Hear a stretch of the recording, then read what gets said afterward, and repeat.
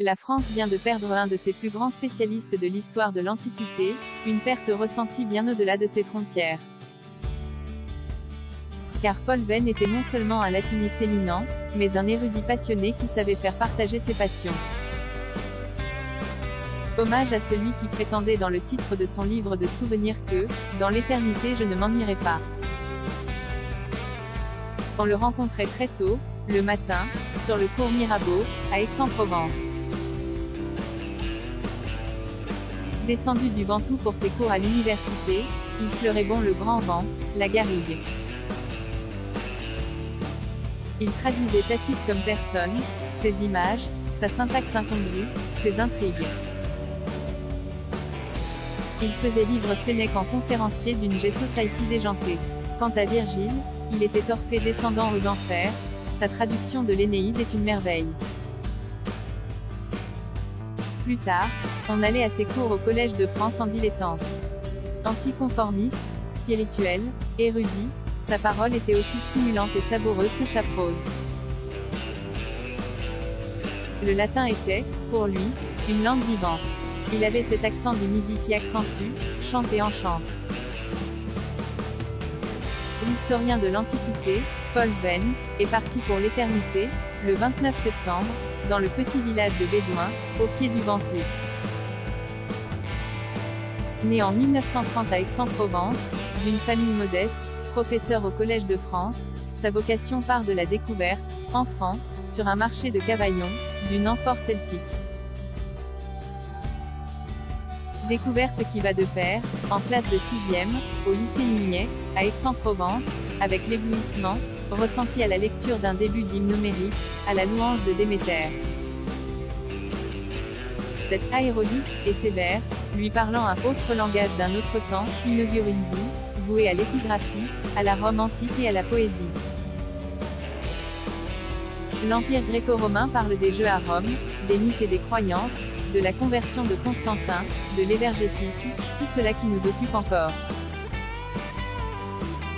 Sans parler de l'érotisme romain, de son musée imaginaire italien et du trésor perdu de Palmyre. Sa méthode historique, on la lit dans Comment on écrit l'histoire. L'émotion, jusqu'au pathos, l'intrigue, l'anachronisme, une subjectivité aussi éloignée de la tradition des annales que de la méthode marxiste ou structurale. L'histoire, pourquoi? Pour se déprendre de la fausse évidence du monde. Et par passion des mots parce que ce sont les mots qui sculptent l'histoire. Aussi comprend-on que cette passion ait conduit l'historien jusqu'à son voisin, René Char, auquel il consacre un livre passionnant, René Char en ses poèmes.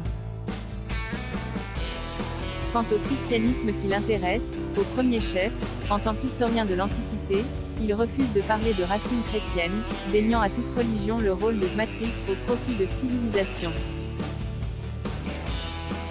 À la fin de sa vie, ultime contre-pied ou héritage de la pensée foucaldienne, ce latiniste éminent, qui avait tant reçu de l'institution, déclarait, dans un entretien au point que le latin et le grec étaient des moignons inutiles dans l'enseignement secondaire.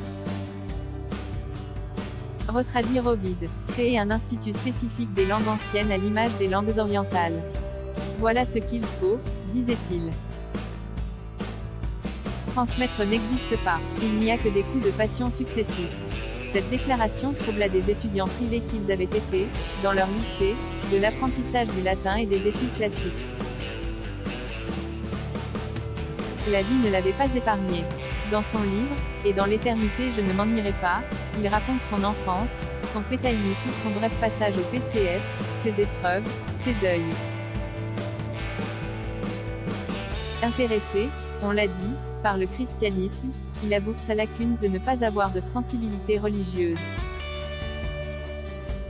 Il n'hésite pas non plus à faire des confidences sur sa vie intime. D'un abord chaleureux, comme chacun d'entre nous, il aimait être aimé. Aussi les deux livres, lus et relus, qu'il avait, dit-il, le plus marqué, étaient l'éducation sentimentale et la chartreuse de Parme, l'un apprenant comment il ne faut pas vivre et l'autre comment il faut vivre, par amour et par passion, Frédéric étant le modèle de ce qu'il ne faut pas être. Avait-il tiré les leçons qui convenaient, se demandait-il? Il fallait le boire, dans son antre bourré de papier, parlait de ses livres aimés, prenant en main, avec une révérence particulière, la Divine Comédie, de Dante. Était-il prêt à contempler dans le paradis la mort chez Mouville seul l'Altrostel? Il est donc mort à Bédouin, un petit village au pied du Ventoux. Si la région est riche en vignes, ce n'est pas par hasard s'il avait choisi d'y habiter. De Pétrarque à René Char et Jacotet jusqu'à Sylvain Tesson, en passant par Madame de Sévigné, Stendhal, Giono, Camus, Semon, drapé de sa toge blanche, n'a cessé d'inspirer poètes et artistes. Il faut dire que, culminant à 1912 mètres, il est une splendeur. Le mont Ventoux, miroir des aigles, écrit Char dans un poème des loyaux adversaires. Quant à Bédouin, blotti à son pied, c'est un village charmant où il fait bon vivre. Décidément, il est des lieux inspirés. 2 253 129 992 et dans l'éternité je ne m'ennuierai pas Price. 7,70 € do you said et new available from 7,10 € les Grecs ont-ils cru à leur mythe? Essai sur l'imagination constituante, réédition Price. 7,50 € do you said et new available from 7,45 € comment on écrit à l'histoire réédition. Price. 10,80 € neuf you said et new available from 10,50 € l'Empire gréco-romain, réédition. Price. 14,50 € 16 you said et new available from 13,99 € sexe et pouvoir à Rome Price. 9,09 € you said et new available from 9 € mon musée imaginaire Price. 29,90 € de you said et new available from 29,90 € René Char en ses poèmes Price. 19,99 € 6 you said et new available from la dette souveraine. Chronique parisienne Price. 20,05 € you said et new available from 16,91 € la guerre aux Français Price. 15,40 € 17 you said et new available from 2,99 €.